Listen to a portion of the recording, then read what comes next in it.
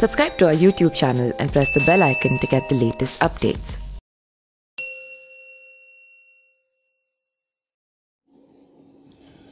बेशुमार दौलत, luxury lifestyle, महंगे शौक और फॉरेन में बच्चों की पढ़ाई, हर साल 10 करोड़ से ऊपर की कमाई और 10 करोड़ सालाना टर्नओवर, करोड़ों की बेनामी संपत्ति, दुबई में घर, यह लाइफस्टाइल थी विकास दुबे की। सोचने वाली बात तो यह है कि आखिर एक मामूली सा गुंडा विकास दुबे कैसे इतनी आलीशान जिंदगी जीता था और आखिर कहां से लाता था। वो इतने सारे पैसे कहाँ जाता है कि विकास दुबे की ज़िंदगी किसी फिल्मी सितारे से कम नहीं थी। एक समय था जब यूपी में विकास दुबे की टूटी बोलती थी।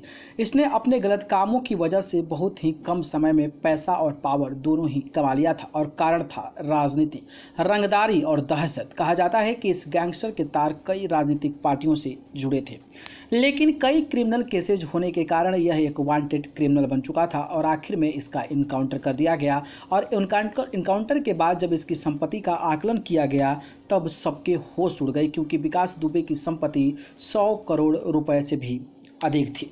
अब जाहिर है इसने यह पैसे मेहनत करके तो कमाए होंगे नहीं। विकास दुबे ने सारी संपत्ति लोगों को डराकर धमकाकर कमाई थी और इसमें उसका साथ दिया था तो वो पॉलिटिशियंस ने। विकास दुबे ने अपने दहशत और राजनीति के पायदान में खड़े होकर करोड़ों अरबों की संपत्ति अर्जित कर ली थी और बहुत कुछ बाहर आना बाकी था। आइए जानते हैं कि गैंगस्टर का गुप्त खजाना कितना था और वो किस तरह से कमाता था यह पैसा। वैसे तो गैंगस्टर की मौत के बाद कई राज दफन हो गए, लेकिन शुरुआती जांच में ही विकास दुबे की संपत्ति का आकलन 100 करोड़ तक पहुंच चुका है और यह वाकई में हैरान कर देने वाली बात है। आपको बता दें कि अभी पूरी जाँच बाकी है और विकास दुबे की ज़िंदगी के कई पन्ने खुलने अभी भी बाकी हैं। शुरुआती जाँच में यह पता चला है कि विकास दुबे पिछले 3 सालों में 14 बार विदेश गया था। साथ ही लखनऊ और कानपुर में इसके कई फ्लैट्स और घर हैं जिनकी कीमतें करोड़ों रुपए में है। इतना ही नहीं, विकास दुबे के दुबई में भी कई घर और फ्लैट्स मौजूद हैं और एक अनुमान के साथ विदेशों में बने इसके घर और फ्लैट्स की कीमत 30 करोड़ से भी ज़्यादा है। कहा जाता है कि विकास दुबे के पास एक छोटा सा घर और कुछ 5 बीघा जमीन हुआ करती थी, लेकिन जब उसकी दहशत की आंधी चली तो कई संपत्तियां उसके नाम हो गई। उसने अपनी गुंडागर्दी से रंगदारी चालू की और धीरे धीरे वो एक जाना माना गुंडा बन गया और जब उसकी गुंडागर्दी में राजनीति की नमक पड़ा तब उसकी ताकत और बढ़ गई और फिर उसने तेजी से दहशत फैलाना शुरू कर दिया। विकास दुबे ने अपने इलाके में डर और दहशत की बदौलत कई संपत्तियां पर कब्जा किया और वसूली करना शुरू कर दिया और धीरे धीरे यूपी का कुबेर बन गया। लोग उसके नाम से ही कांपते थे, क्योंकि उसने दहशत का इतना बड़ा साम्राज्य खड़ा कर दिया था कि वो चाहता था हथिया लेता था। एनकाउंटर से पहले उसने लखनऊ में हाल ही में 20 करोड़ का घर खरीदा था और इसके अलावा कानपुर के ब्रह्मनगर में विकास दुबे के 6 मकान और हैं। उसी तरह कानपुर के आर्यनगर में भी विकास दुबे के कई फ्लैट्स जिनकी कीमत आसमान छूती है। उसकी संपत्ति की लिस्ट यहीं खत्म नहीं होती है। कानपुर के पंकीनगर में विकास दुबे की 28 करोड़ की एक कोठी भी मौजूद है और शुरुआती जांच में यह पता चला है कि विकास के पास कुल 11 घर और कई फ्लैट्स मौजूद हैं जिनकी कीमत करोड़ों में है। विकास दुबे ने यूपी में अपना दबदबा इस तरह कायम रखा था कि वो जिस जमीन पर नजर डालता था वो जमीन उसकी हो जाती थी।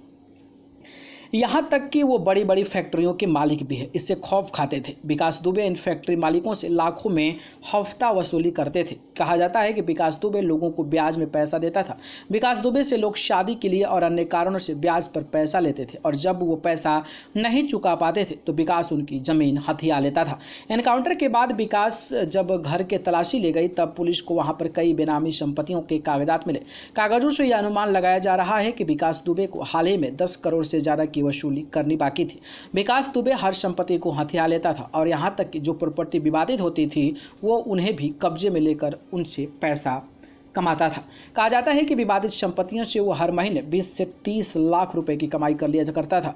विकास दुबे ने यूपी में इस तरह से दहशत फैला रखी थी कि बड़े से बड़े पावरफुल आदमी भी उनके सामने सर झुकाता था। कहा जाता है कि विकास दुबे के गुंडे यूपी में करीब 400 फैक्ट्रियों से रंगदारी वसूलते थे और एक अनुमान के अनुसार विकास इन फैक्ट्रियों से हर महीने 70 से 80 लाख रुपए कमाता था और इस तरह से इसकी सालाना कमाई 8 करोड़ से ऊपर हो जाती है।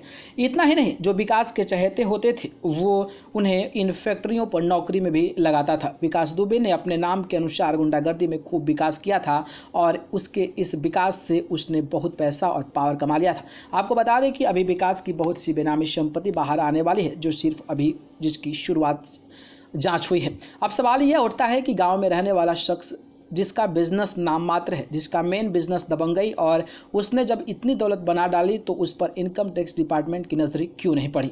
आपका क्या मानना है? जब ऐसे अपराध पकड़े जाते हैं तो सजा क्या सिर्फ अपराधियों को मिलनी चाहिए? उस अपराध पर अंकुश लगाने वाले सरकारी महकमों का क्या, जो अपनी कन्वीनियंस के हिसाब से आंखें बंद कर लिया करते हैं? क्या वसूली इन करप्ट महकमों से नहीं की जानी चाहिए? बात अकाउंटेबिलिटी की है। भारत देश में अगर किसी चीज़ की भारी कमी है तो न भोजन की कमी है और न पैसे की कमी है। कमी है तो सिर्फ अकाउंटेबिलिटी की। जिम्मेदारी लेने की हिम्मत किसी में नहीं है। सब मुंह छुपाते हैं, लाछन लगाते हैं, पकड़े जाते हैं। इन्हीं लोगों की वजह से यह देश बार बार हारता है। कमेंट्स में अपनी प्रतिक्रिया ज़रूर लिखिए और वीडियो से ज़्यादा से ज़्यादा शेयर करें ताकि उन भ्रष्ट अधिकारियों के पास पहुँचे जो इतने संपत्ति बनाने वालों के पास भी इनकम टैक्स के अधिकारी नहीं पहुँच पाते हैं।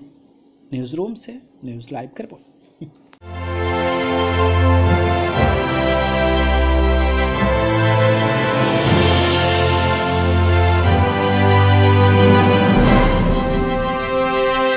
Subscribe to our YouTube channel and press the bell icon to get the latest updates.